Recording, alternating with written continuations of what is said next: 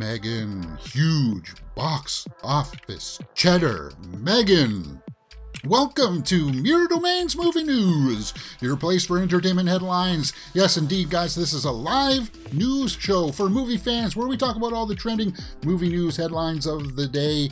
And we got some interesting topics with Sister Act 3. The Flash has a set image photo that we'll take a look at. Nicolas Cage says that Star Wars is not his bag, that he's much more of a Trekkie. We'll talk about that. And, well, it's Monday. So we'll talk about the weekend's box office and the huge smash hit that is M3GAN. But we start off today by talking about Avatar making 1.7 globally. Let's get into it. Box office, Avatar 2 crosses 1.7 globally. So it's going to make 2 billion. There it is, straight up. Now I had forecast, what did I say? I thought it was only going to make like 1.3. Was it? Wow, I was wrong. It's going to make its 2 billion. And, well, I guess that's good for Avatar fans because, well, we know that we're getting an Avatar 3. That's already shot, right? And they've already shot scenes from Avatar 4. So 1.7 globally. Kudos to James Cameron and Avatar 2. Thanks to two movies' revenue, the first full weekend of 2023 will be up nearly 70% over the frame in 2022. Well, guys, I hope you went out and saw M3GAN this weekend. Now, it just came to my attention that M3GAN didn't open up all over the place internationally. And we'll take a look at that in just a few moments. But let's just focus in on The Way of Water. Earned $45 million in its fourth weekend to jump to $500 million mark in the domestic box office. So it's still under Top Gun Maverick, which made $750 million domestically.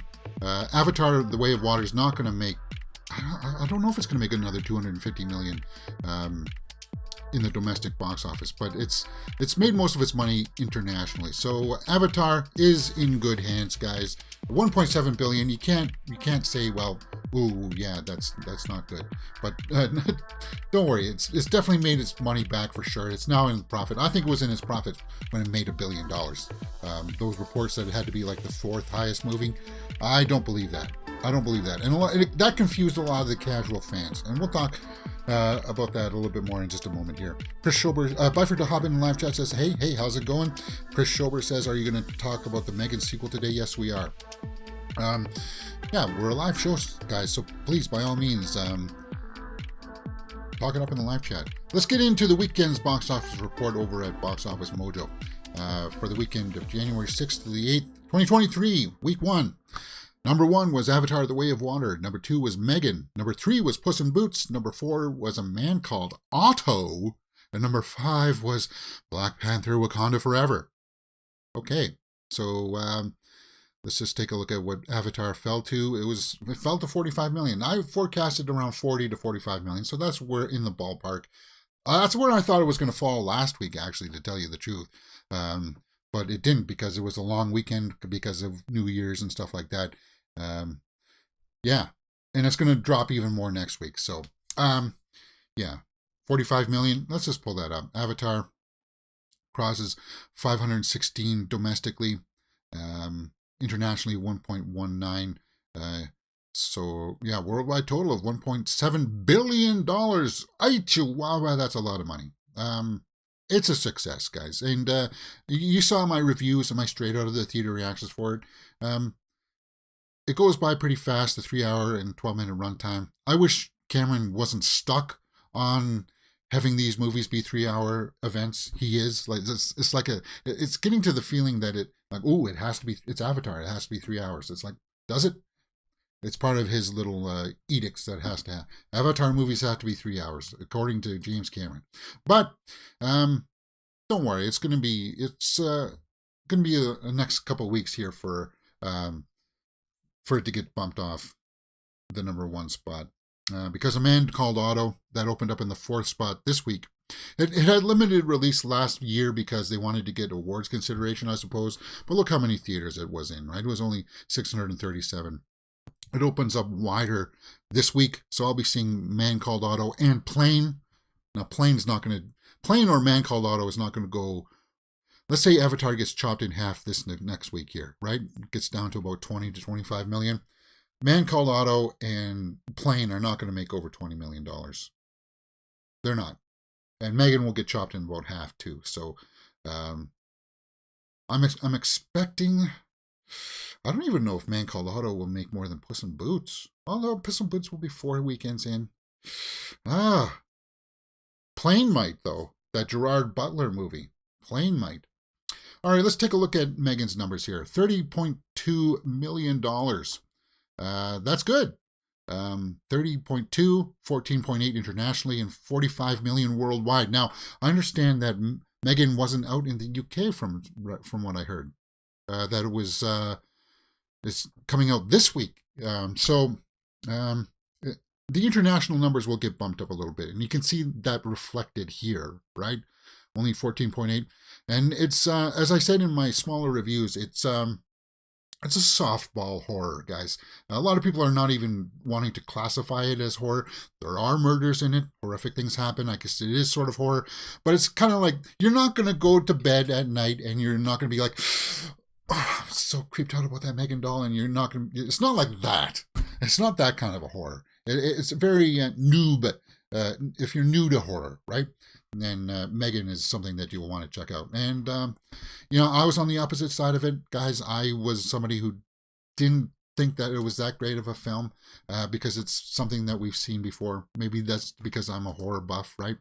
93% by the critics, 79% by the audience. So a lot of people are really enjoying M3GAN.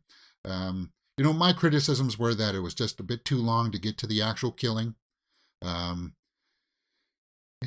it was just kind of things that we've seen before in Ex Machina, in the Chucky movies and stuff like that. So it was kind of like, get to it, man! At least, and I guess if I put the shoe on that I haven't seen in a movie like this before, then maybe, yes, it would work better than it did for me. But, with a budget of, they're saying that the budget was only $12 million. $12 million for M3GAN. And it's made 45 million worldwide. James Wan and Jason Blum are just laughing about this, going, "Oh yeah, M3GAN. It's definitely tripled its box office. It's on the verge here of 4 times the amount of its budget. So it's a huge success, huge cheddar for M3GAN. And if you guys gone out and seen it, by all means, M3GAN boogied her way to the box office via TikTok. The dancing doll is what won everybody over. It's kind of like, yeah, that's creepy. That's creepy. Our Glass Viking says, yeah, we don't get M3GAN until January 13th. Yeah, so that's this Friday. It took over on TikTok. TikTok will be a topic of the day too. It'll be like a motif. Everybody was showing or reacting to the M3GAN dance. That is creepy. But we did a spoiler discussion about that on the weekend. And yes, Chris Schober says, are we going to be talking about the sequel? The sequel is already in the works. Well, when you make a movie for $12 million and it makes more than $45 million in its first weekend, it's still going to go up. It's still going to get more revenue to come. So there's definitely going to be a M3GAN sequel. The story left it open for a sequel. There's no post-credit scene, but there is a definite nod as to what's definitely going to be in store for more in this universe. James Wan here says, it's funny, I really hadn't done that yet. Screenwriter, Akela Hooper, the horror art tour, and that was prime reason to create M3GAN. What is that? James Wan said that, okay. In my previous doll movies, they don't kill anyone. Yeah, talking about Annabelle, right? Because Annabelle never gets up and walks around. Everyone says I'm the killer doll guy, so I said I'm going to make a killer doll movie for brand new generation. Today's kids didn't grow up with Chucky like we did. Continues Wan, who produced the PG-13 film and wrote the story with Cooper on script. Let's see what he says here about a sequel. If this article on Deadline pulls it out for me, but don't worry, guys, I got the backup in case it doesn't. As per sources, while the movie made in Johnson's New Zealand in 2021, it's understanding that Universal believed the big screen version of M3GAN. Yeah, well, we knew that. I wanted to make a movie that really connects and is emotional. there was an emotional there with the parent connection, that she's lost her parents, right? There was definitely some emotional stuff there. But M3GAN plays a lot on different levels. It's scary, creepy, touching, emotional, all at the same time. It does run that gamut, right?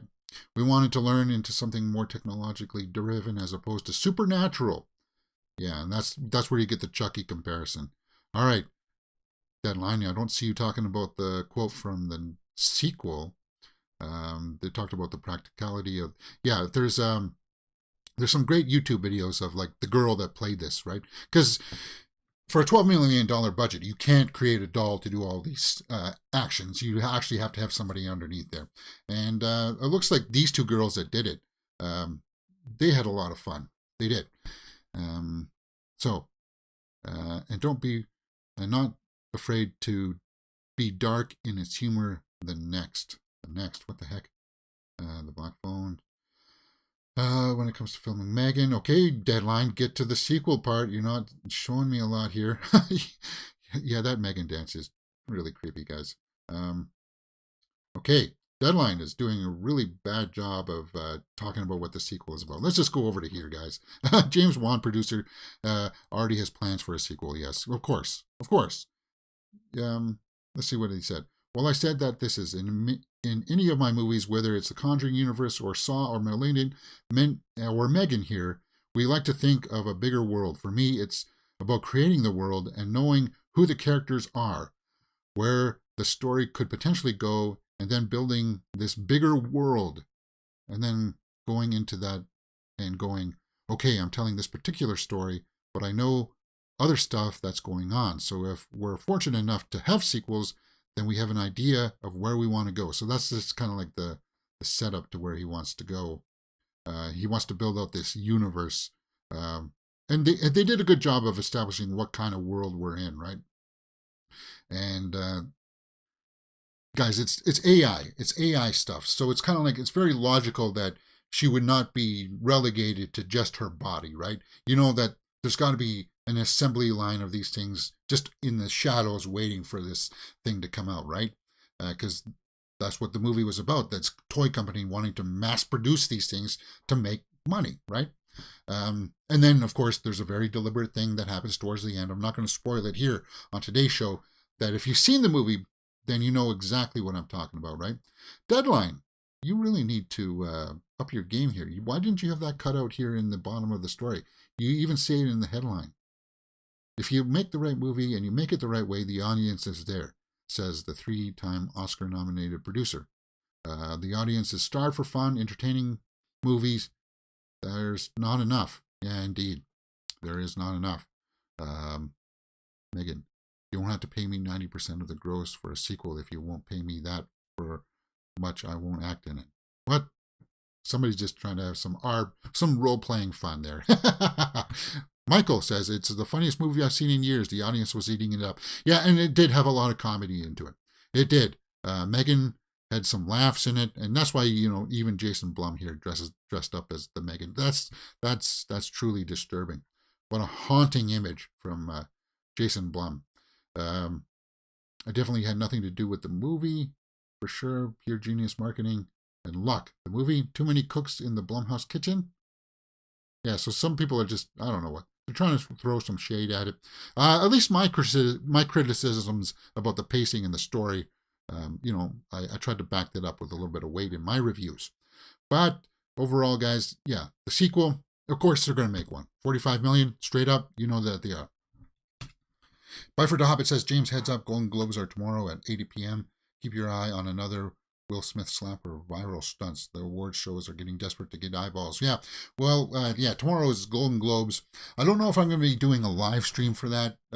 We'll be recapping the winners on Wednesday's show for sure.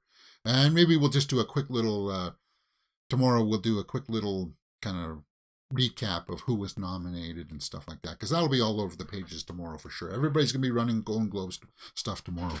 But guys, M3GAN Success, sequel Success too, in the works for sure. What do you guys think? Let me know in the comments below, and we will talk about it.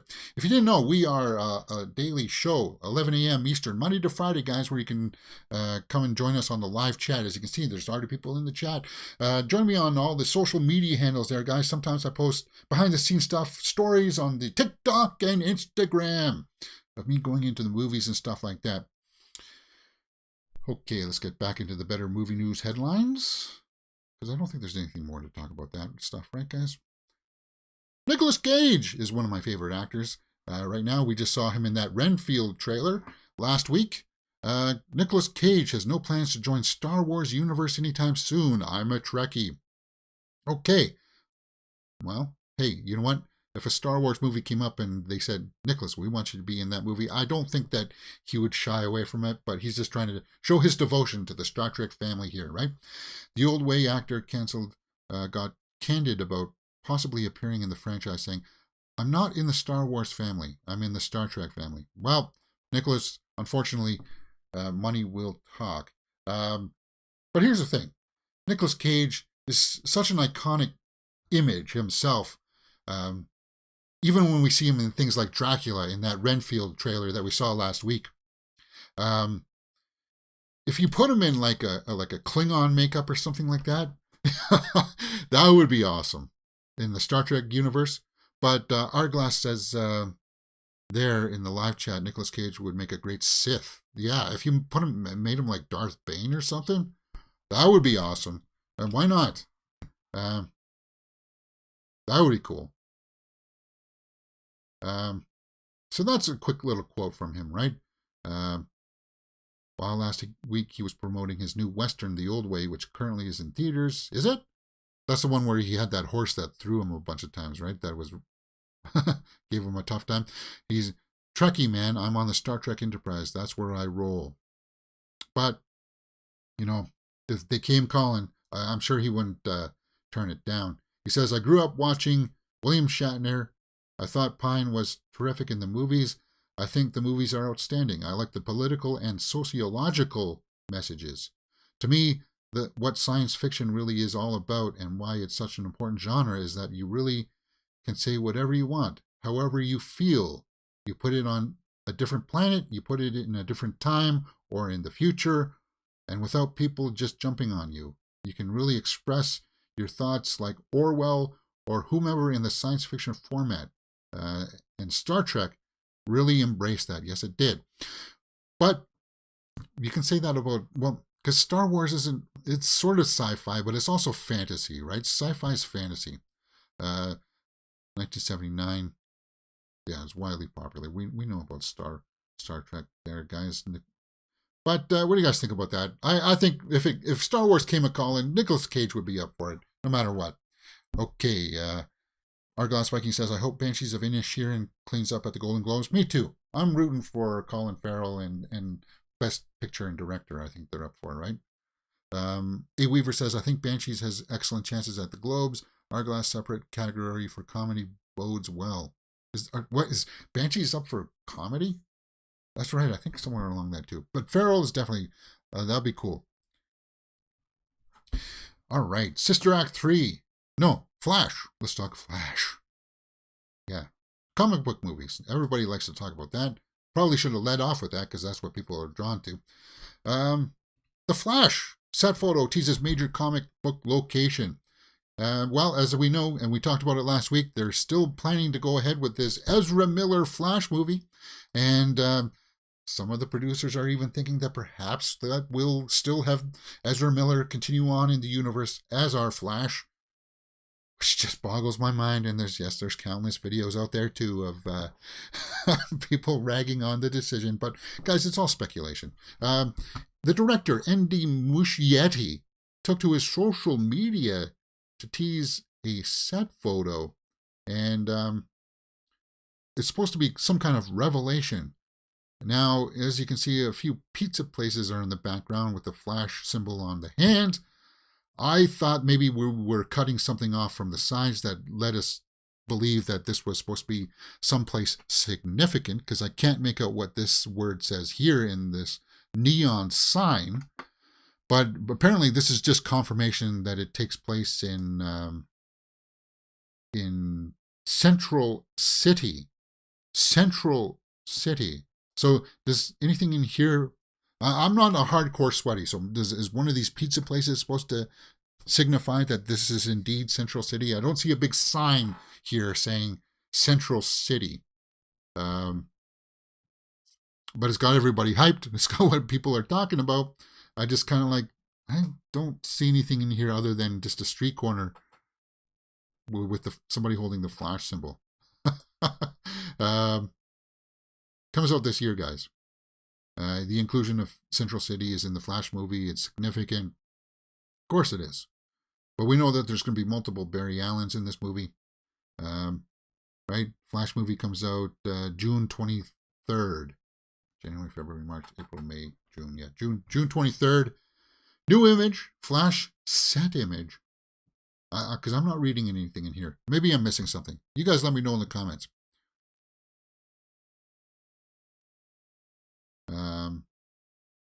Yeah. New image. Not too much. Farrell was very funny. So subtle. Oh, you guys are talking about Banshees of Inisherin. Yeah, there was some comedy in there for sure. Especially when they were trying to steal that poutine from the father figure, right? That was kind of gross too. People laughed in my theater, right? It did have some comedy, but it also had tragedy to it, right? There was a tragedy about these two having like a fallout. Yeah, the image looks like a cutscene point of view in a computer game. Yeah. Flash seems doomed. Yeah. Flash. I don't know. June. Okay, here's what I get from this article. When I was reading this, I get the sense that Andy Muschietti is giving us kind of like the thumbs up, or,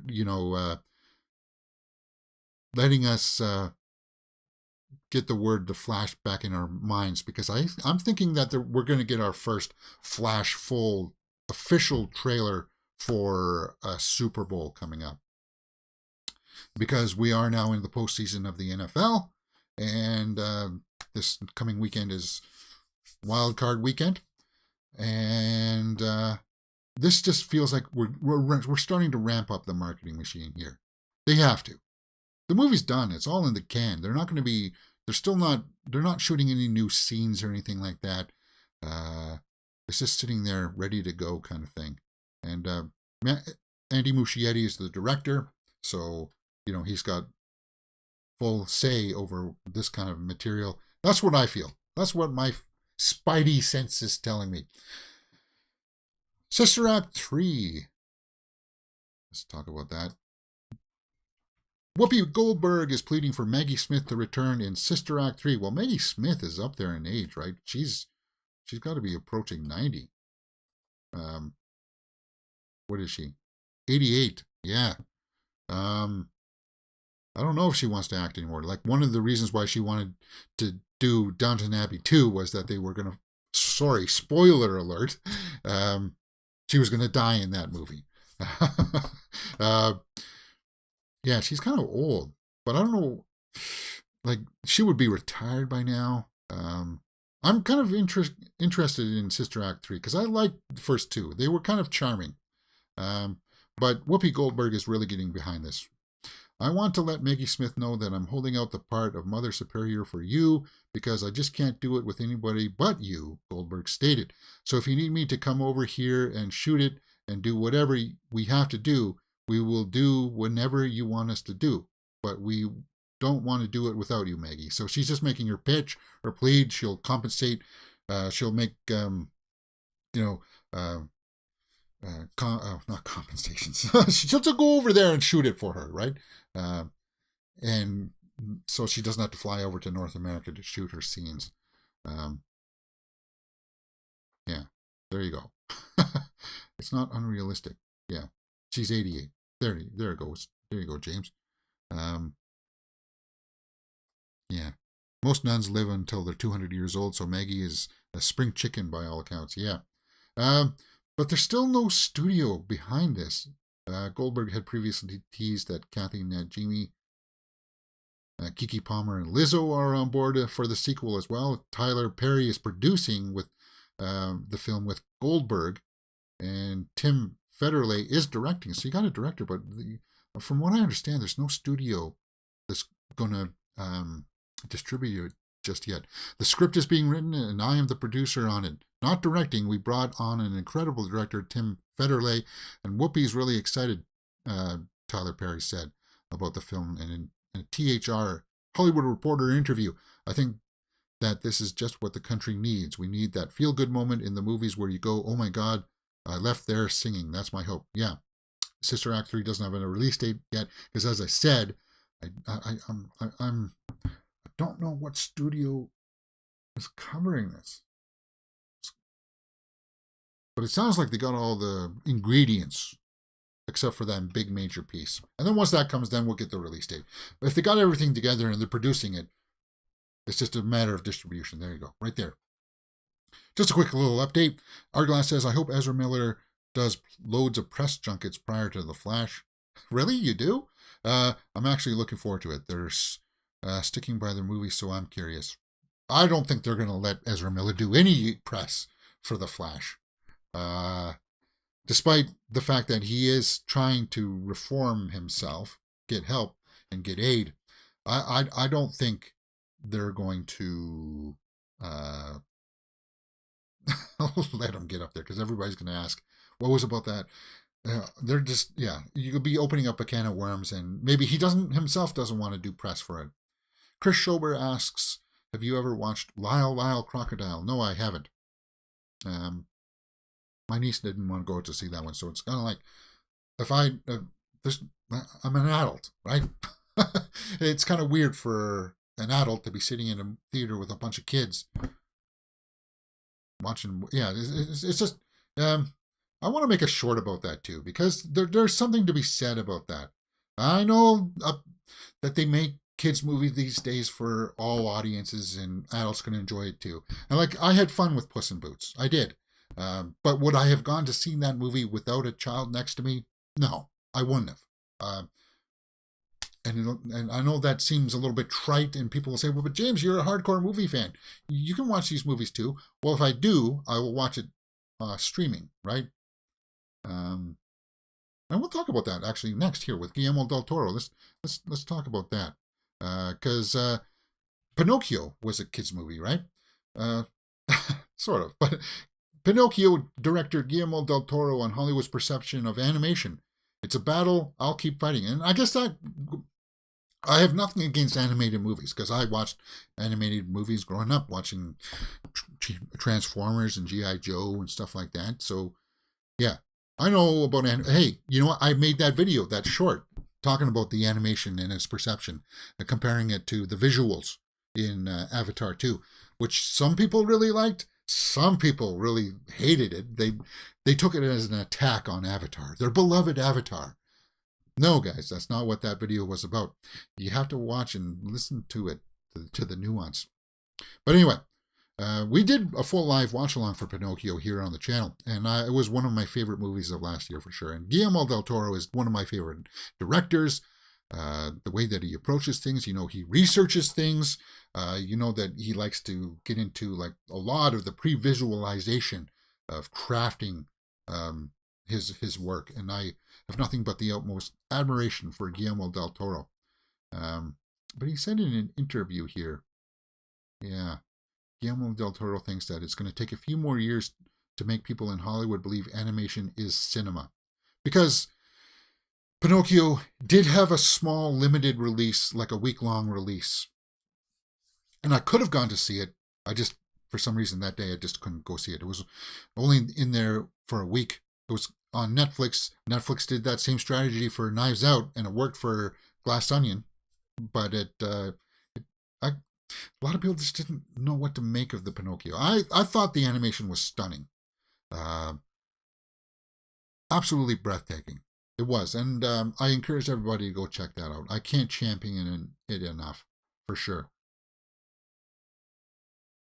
Yeah, let's see what he said. This is the only Pinocchio movie I know that the learning is Geppetto. The one learning is Geppetto. It's not Pinocchio learning to be a real boy, but Geppetto learning to be a real father. And to me, that was very important. Yeah, and that Geppetto scene on the beach after Pinocchio pulls him out is it's just heartbreaking, man. When he's just finally realizing that he's got to let the tragedy of his real son go, right? And the voice acting in it was phenomenal, absolutely breathtaking. So, yeah, 10 years. I'm not making a movie for kids, but kids can watch it, he said. So, yeah, that's the way that I feel about it. And Pixar is very much the opposite, right? Isn't it? Pixar is kind of like, we're making a movie for... Oh, no, they're not. What was their axiom? They said, we're trying to make a good movie first, right? But it's also for kids. I prefer Del Toro's version. I'm not making a movie for kids, but kids can watch it. There you go. That's the way I would make movies. I wouldn't make out like with the Pixar animation, and I think that's why Strange Worlds bombed at the box office. Because you're not going to get from Guillermo Del Toro imagery that looks like this. You're not. That looks kind of very cartoony, right? And I think that's what... It's hard for me to articulate this without stepping on fingers or, ruffling feathers. It's not that I would refuse to watch. I would refuse to watch strange movies like Strange World and stuff in the theater if I don't have a child beside me. And that's just maybe my old school sensibilities. It's just I prefer more adult fare. There you go. And that's why I would watch things like Pinocchio, because he made it, but kids can watch it as well. Where this was kind of like, this was made for kids, and then they try to make adult humor mixed in with it so that adults will also have some enjoyment and not just sit there in the theater going, oh, right? That's their approach, right? Is there one more Guillermo Del Toro headline here that I want to talk about? Yes, there is. Because Guillermo also did Cabinet of Curiosities last year, and we did full live watch-alongs of that too. Will Cabinet of Curiosities get a season 2?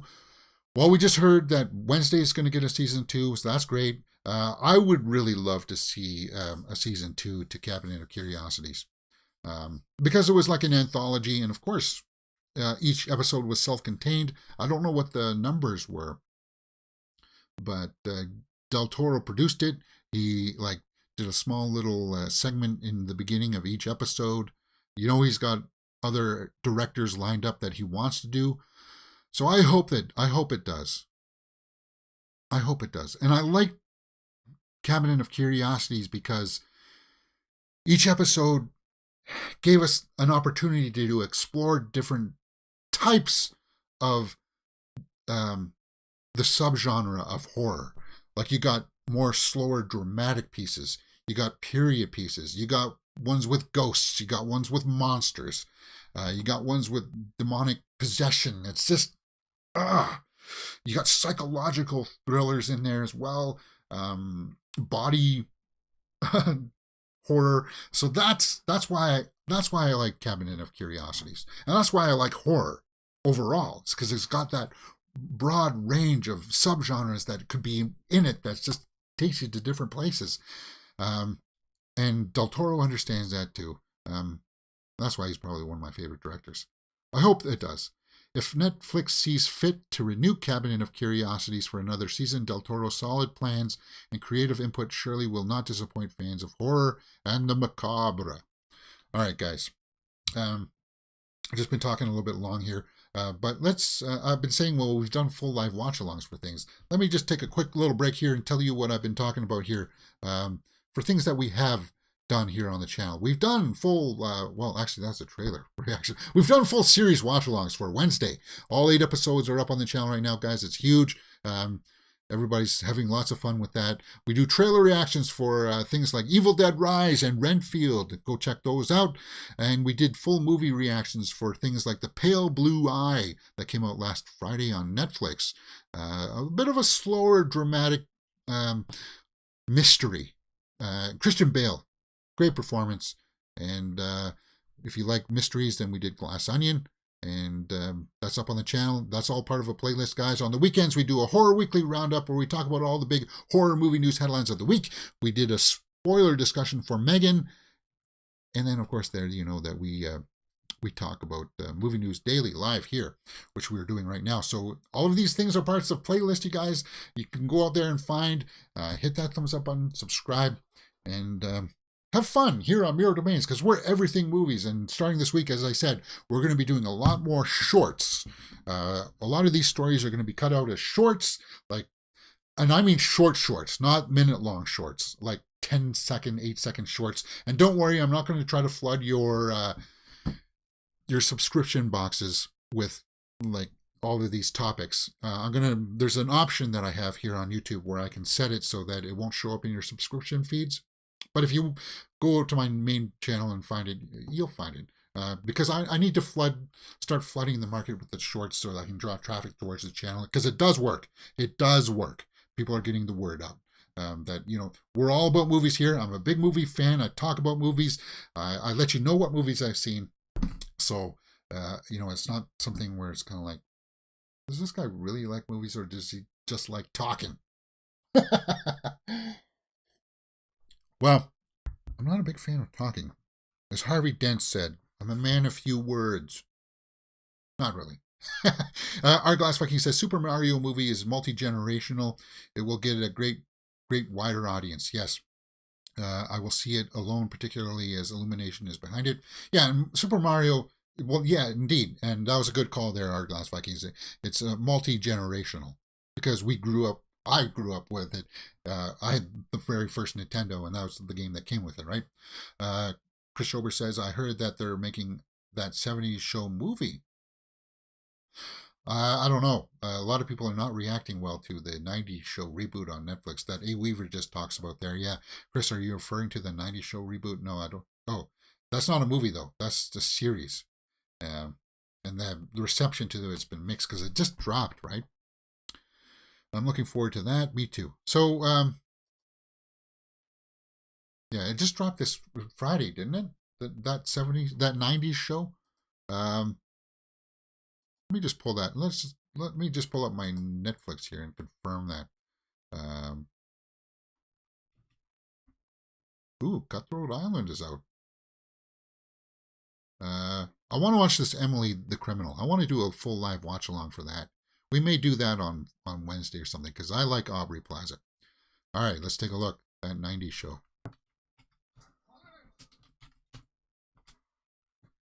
Yeah, there it is, right there. Not Seinfeld, James. Oh, coming January 19th. Okay, so there you go. Oh, yeah, that 90s show. January 19th is when it comes out. You're a great creator of entertainment info, James. January 19th, yeah.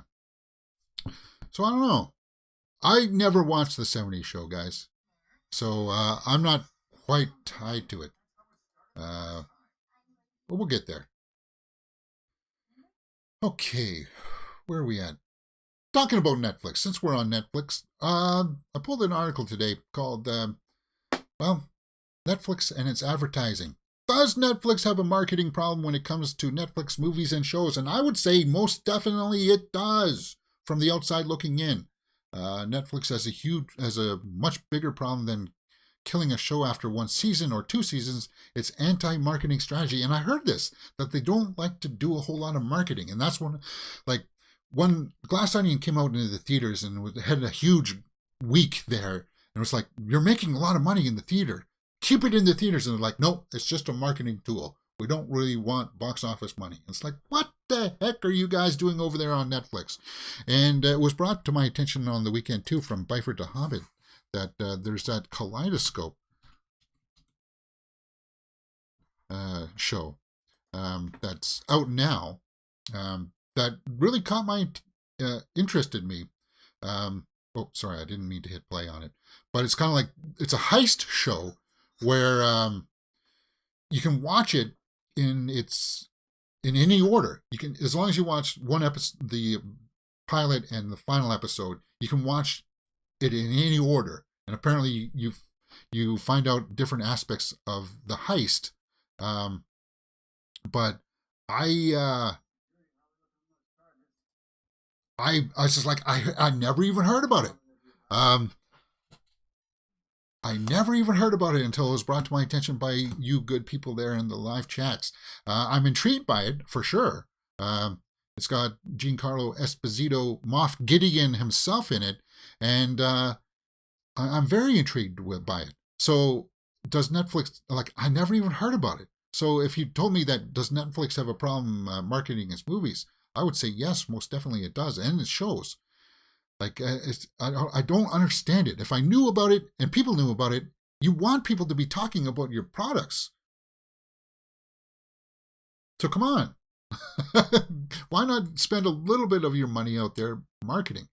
Integrated data-driven strategy. Yeah, they care about watch time and stuff like that over. I don't understand it. Netflix uses an integrated data-driven strategy to recommend any title on their platform. So, old or new, when logging into the service, your specific profile is filled with recommendations based on your history. So that's exactly sort of like YouTube kind of thing, right? The system is the algorithm working in real time, but it can be somewhat confusing and recommend a title or show or film that may not be aligned with your tastes. Yeah. So they're trying to get rid of the marketing machine by just letting a computer algorithm handle it. And I believe it's to their detriment. I think it's cost them. Because things that got canceled after one season, like Archive 81, what else just got canceled? That was big on there. Something last week that just got canceled on there that was big too. The people really wanted to see. It's just kind of like it sucks.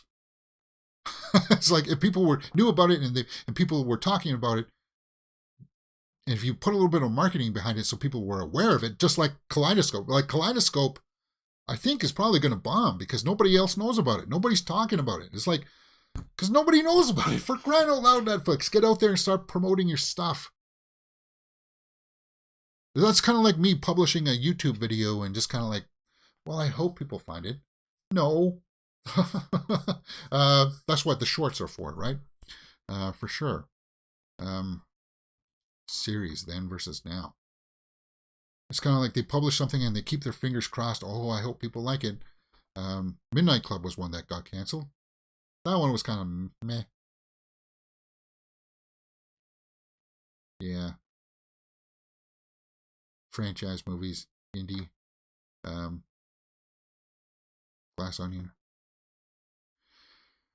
And Pinocchio suffered for it too. I think it did, which was kind of a bummer. I think they definitely do. I hope they put a little bit more effort into their marketing for sure, because there's some good stuff on there.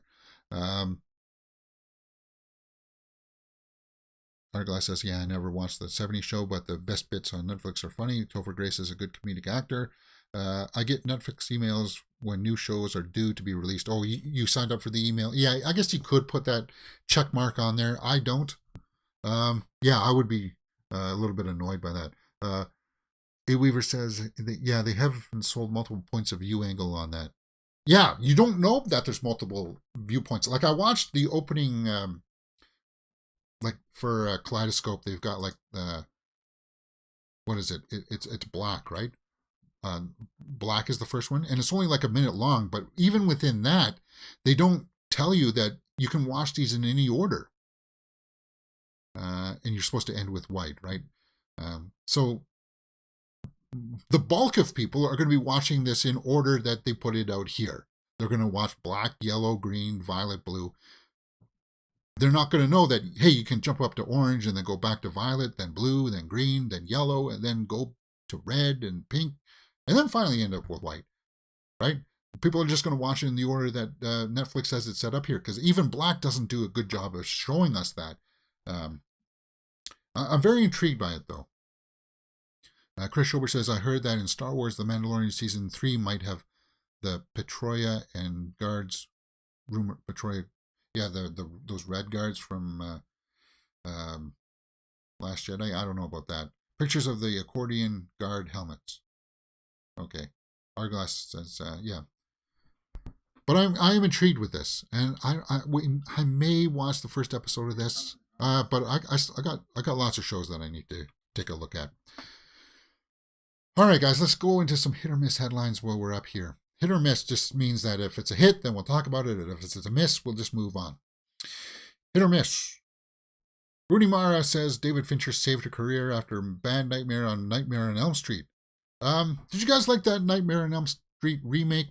I like Rooney Mara as an actress, and what I like about her is that she doesn't even look like her sister, Kate Mara.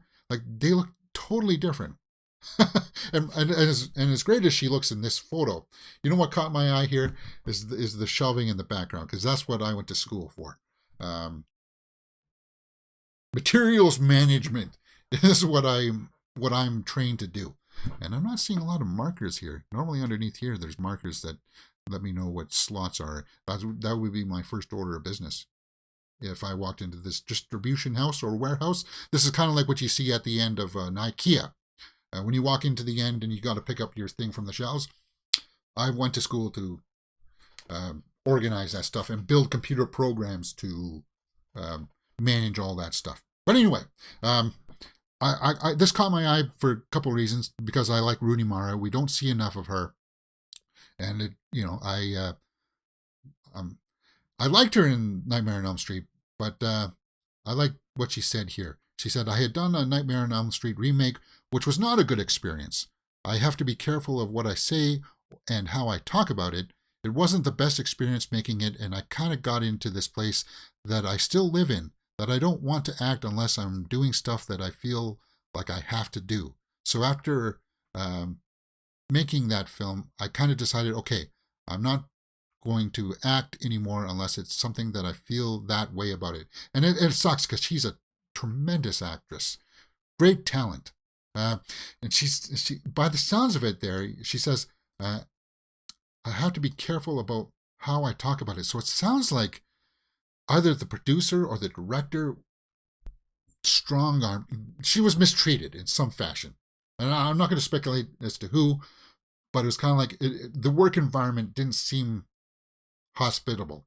And that sucks, because as I said, she's a great talent. And then David Fincher came in and, turned her around, because David Fincher cast her in Social Network and Dragon Tattoo, right? A. Weaver says, I despise the remake, though I love Rooney. Yeah, she's fantastic. Pfeiffer Dobbit says, Rooney Mara was great in Dragon Tattoo. Yeah, she was amazing. And that's one of the series that if I could make a sequel to, I would make a sequel with her and Daniel Craig in the next one, because it's a little late now, but man, I love that movie. That was a great movie.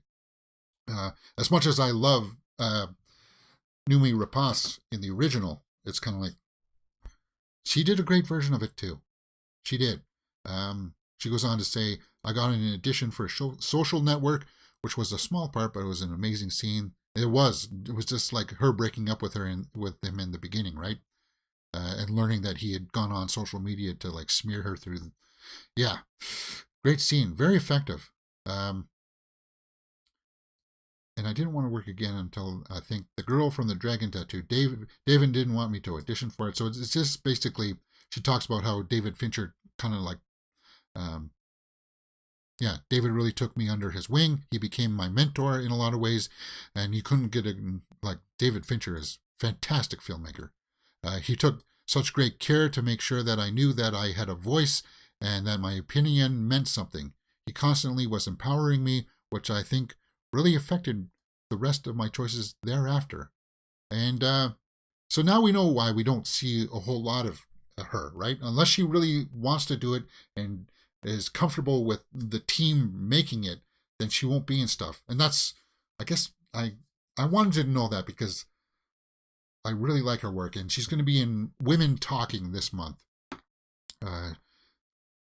Women Talking with Claire Foy, Jessie Buckley. I'm looking forward to that Jessie Buckley because we saw her in Men last year, right? Frances McDormand.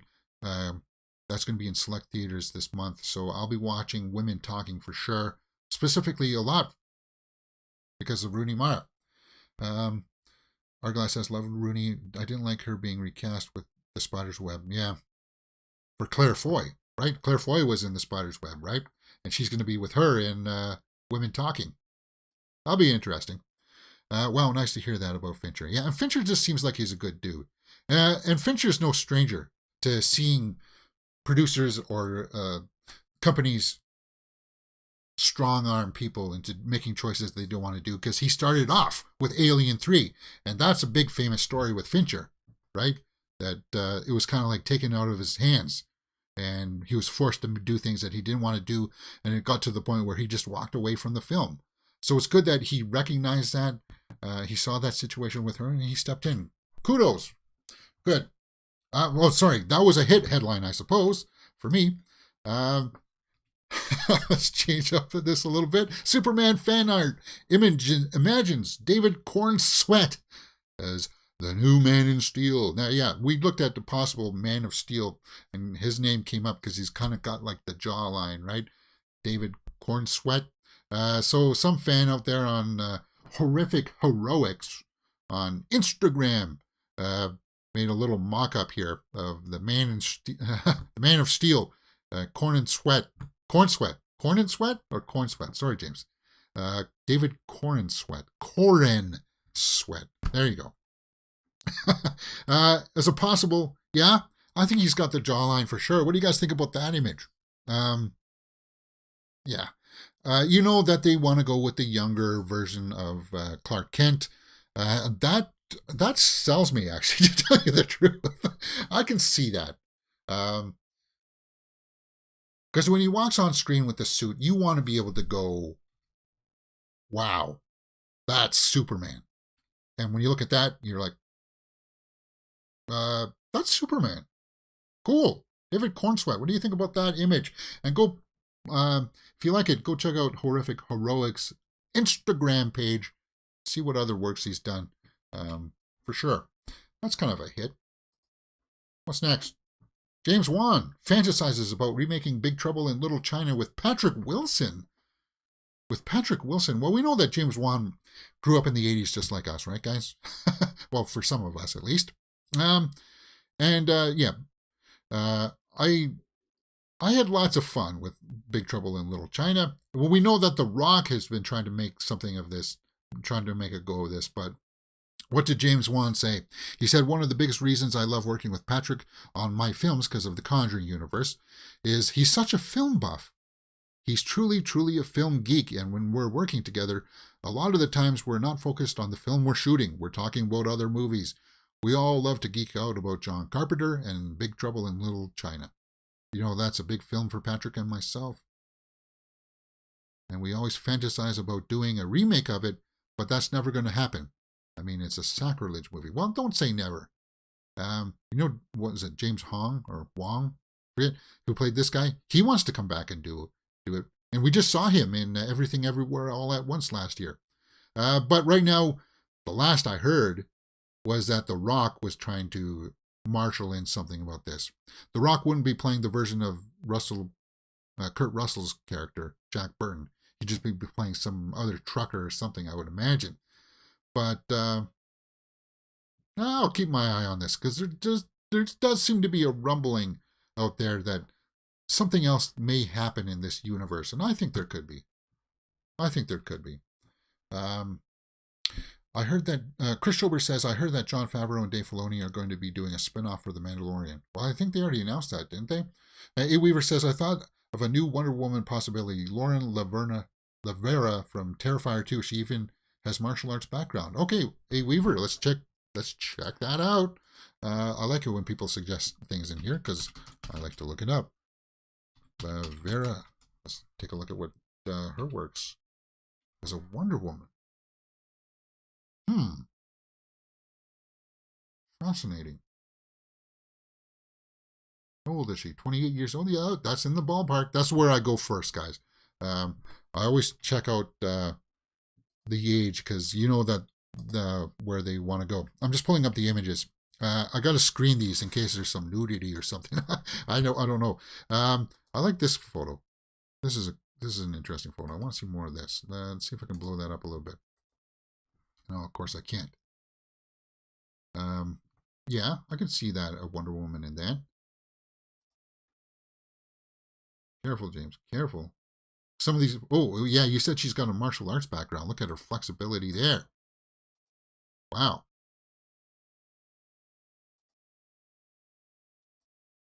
Yeah, that's flexible. That'll be kind of cool. She pulls off the outfit in Terrifier 2, does she?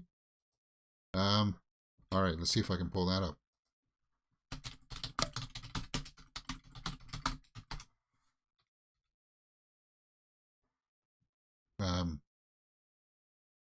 Okay. Oh, so that's where people are drawing that conclusion, right? I still need to see Terrifier 2. I need to key that up this weekend, maybe. Yeah. Okay, is that it for hit or miss? I think that's it for hit or miss, right? Yeah, that's it. All right, guys, let's talk about this. This will be a fun little one to end us out. Best TikTok movie channels. And I'll tell you why this caught my eye. Because I'm not like Netflix. I like to market and I like to promote the channel and get out there. And this gives me an idea. This article up on MovieWeb says best TikTok channels to follow if you love film. Well, aren't people, well, shouldn't Mirror Domains be on this? Soon, hopefully. But it does list off some people here that I have no idea who the heck they are. They gave one here, Cameron Kozak. And this is his Instagram. Let's go to his link tree. Let's go. TikTok is just so. I guess maybe I need to set up one of these link trees as well. I'm not seeing TikTok. Yeah, TikTok. There we go. He just recaps the movie, and then is that it? That's not it. Okay. Well, I'm sure that this is the same type of material. He just recaps the movie. Like he did one here for the menu, but like see what he's doing. He's just sitting there in his bedroom, holding up his phone to the TV. Now you know I can produce something better than that. And what this does, apparently he's got quite the followers. He's got like 1.5 million followers on TikTok or something. Hey, I was looking at a few of the videos and it's exactly sort of what I did for the M3GAN video where I compared it to like Ex Machina and stuff. What should you get out of the movie? And I'm going to do one later today for The Pale Blue Eye. Just kind of like a small recap of what the movie is and if you should go see it or not. Hey, it's called marketing research, knowing the field. And something that I was sort of trained to do, so why not? So I'll be paying attention to this channel and these suggestions, and I'll be looking at these so-called top influencers on TikTok and stuff, and just learning from what they do, see what I can do better, see what I can add my flavor to. Yeah, that's a better word to say.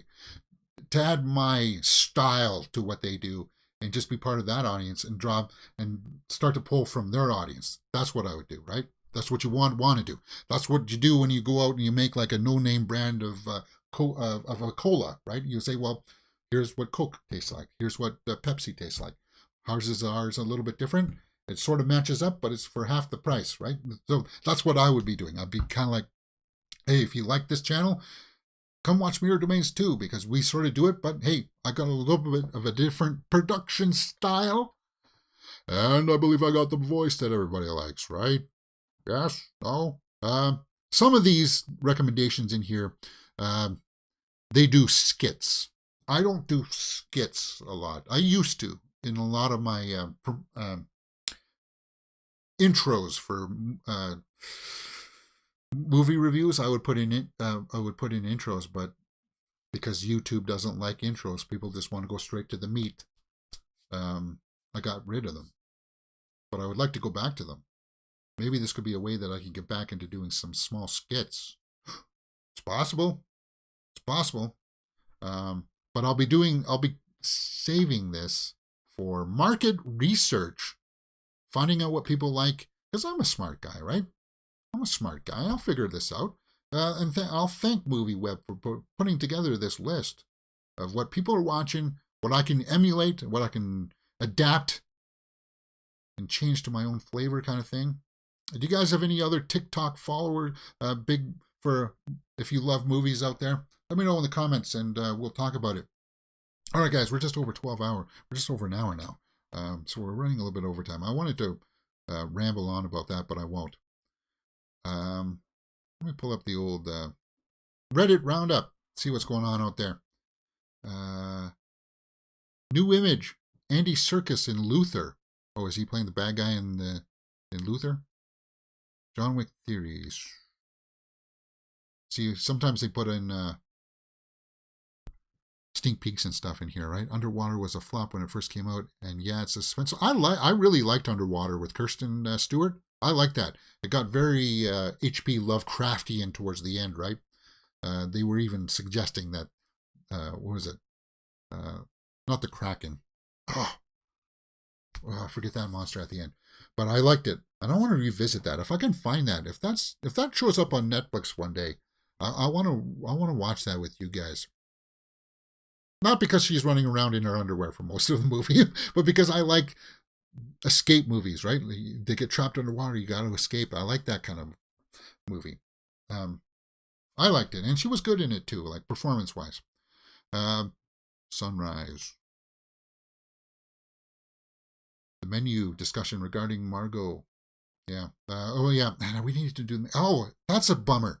Yeah, I checked on Crave, because we're going to be doing full live watch-alongs for The Last of Us starting next Monday, guys, for episode 1 of Last of Us will be here on the channel.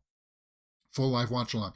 I checked on Crave, and Crave, it's like the Canadian version of HBO, which the menu is supposed to be on, but they don't necessarily bring all the catalog over, and the menu isn't on Crave here in Canada, so I'm going to have to try to find it somewhere else, because I do want to watch the menu with you guys.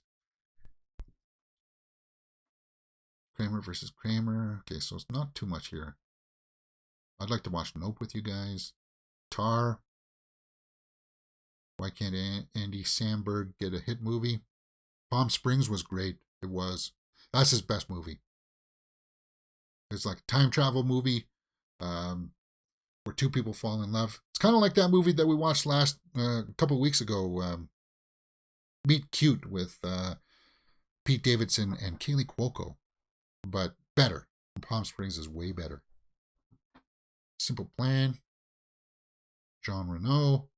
Okay, so it's just a lot of opinion pieces. As I said, it's not a lot of movie news today. We'll pick up during the week. We'll pick it up because Golden Globes are happening tomorrow. I'm just pulling up the Twitter updates, see if there's anything out there that perhaps I missed. And if a trailer drops, guys, we'll do a trailer reaction for it as quickly as possible. Workaholics. North Dakota Film Society nominations. So it's just a bunch more of award stuff. Okay. New trailer for You Season 4. Don't care about that. Michelle Williams. Actually, I heard out there that a lot of people didn't like her performance in Meet the Fabelmans. She was good in it. But I don't know if it was nomination worthy. And I don't know if I dig this. This is kind of like the clown suit that Pennywise wore in the TV version, right? I don't know if I dig that. Eddie Redmayne. Austin Butler. For W.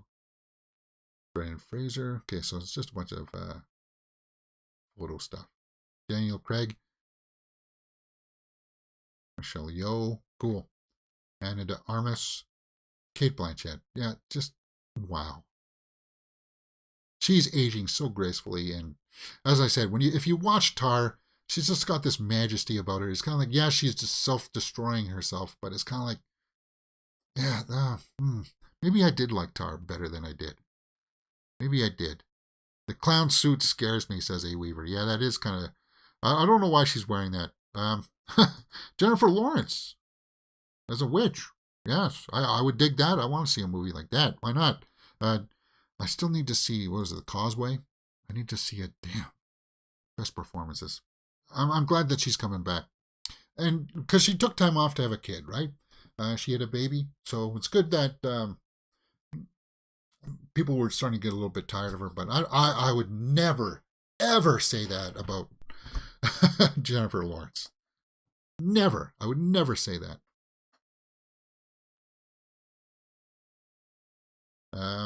Jonathan Majors. We're going to see him in Creed 3, and we're going to see him Ant-Man and the Wasp: Quantumania.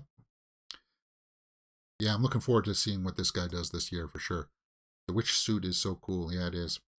Margot Robbie. Best performances.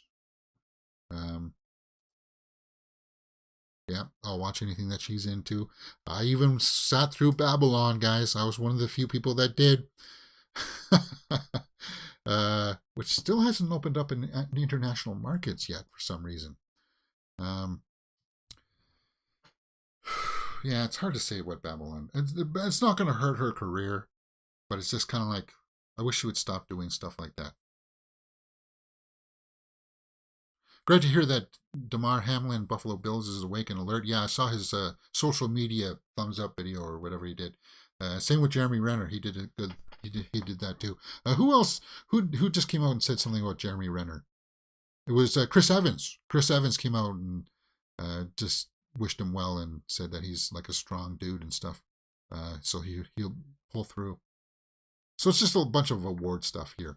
James Cameron on streaming services. It seems to me now that the average viewer has to have 8 or 10 different subscriptions to see everything. So it seems unsustainable on its face, like a big Ponzi scheme. To me, I think there's going to have to be some consolidation. Yeah, exactly, James. I'm on board with that. There's way too many streaming services. Paramount Plus. Then you think about all the horror ones with Shudder, Screambox, or Scream Factory, or whatever the heck it is. Yeah. I think Renner released a video where he's getting a spa day. Yeah. Yeah. Renner, and they're both coming around, so that's good. I kind of agree with Cameron on that. Consolidation of some of the streaming stuff, for sure. Like Peacock. What else is one on Pluto TV? I seen the streaming. It's too much. And properties are going to get lost. It's not that it gives people the opportunities to make stuff, but it's kind of like, if stuff isn't getting out there for eyes to see, then it's kind of like, just put it on YouTube and people will find it, right? I don't know. Nina Dobrev. It's her birthday today, I suppose. Cool. Yeah, what movie was this that she was in? I liked her in that one movie. I forgot what that was, though. How old is she? Probably doesn't say. M3GAN. Big at the box office. That's where we can wrap it up for today, guys. We've just gone a little bit over time. Absolutely, James Cameron is preaching to the converted, consolidate the channels for sure. Even, yeah, they got to figure out something. All right, guys, that's it for me on today's show. If you guys, as I said, is a 24-hour news cycle. If I miss something big, I'll put it up on the channel. We'll be doing a lot of shorts later on today. And I'm going to be watching my first episode of the Mayfair Witches. I don't think I'll be doing a watch along with that one, but I may try to do it in the style that I was doing for Midnight Club, where I'll just turn it on every now and then and tell you guys what I think and put up like a review for it. We'll see. We'll see. And if anything else drops, I'll be up on the channel as soon as I can. Hit that thumbs up button, guys. Subscribe, and I'll see you next time on Mirror Domains.